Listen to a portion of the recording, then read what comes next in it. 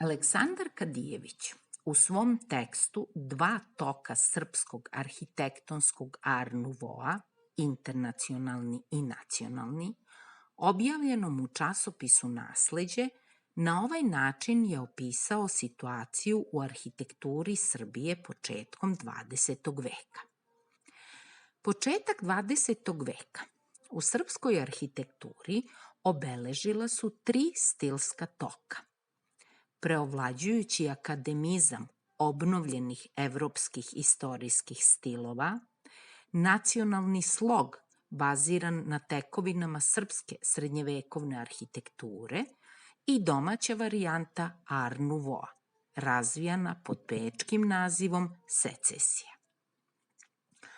Polazeći od ove premise i proučavajući beogradsku arhitekturu secesije, mislim da se slobodno može podeliti u tri kategorije. Eklekticizam, kombinacija istorijskih stilova i secesije, srpski nacionalni stil, inspirisan secesijom i srednjevekovnim nasleđem u arhitekturi, ali i u narodnim umetnostima, i na kraju secesija u svom čistom obliku. Eklekticizam se prepoznaje po spajanju čvrstih horizontalnih podela fasade, posebno u razdvajanju prizemlja i drugih spratova, kao i u održavanju simetrije sa uticajem secesije koji je očigledan na gornjim spratovima. Ti spratovi su opušteniji, bez striktne podele, teže vertikalnosti. Često izostaje i krovni venac, a bogati su ornamentikom i ukrasima u stilu secesije. Kombinacija, preovlađujući elementi i bogatstvo ornamentike zavise pre svega od samog arhitekte.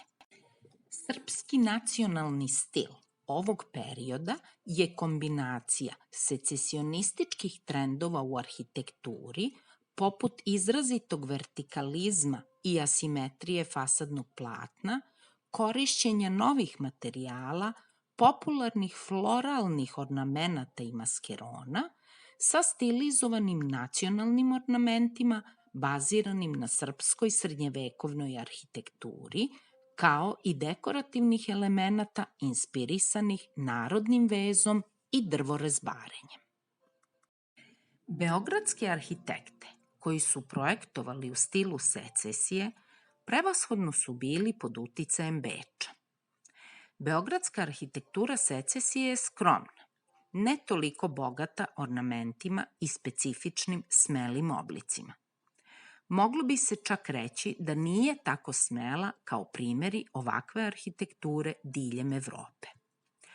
Ovo se može objasniti činjenicom da je srpska moderna država u to vreme veoma mlada, a da od 16. veka, nakon konačnog pada pod tursku vlast, nije postojala ni arhitektura, niti građevine od čvrstog materijala. Jedan od najslikovitijih opisa je i rečenica Tihomira Đorđevića u knjizi Iz Srbije kneza Miloša. Od arhitekture, skulpture i slikarstva nije bilo ničega sem dotrajalih, porušenih i onakaženih ostataka iz naše srećne starine.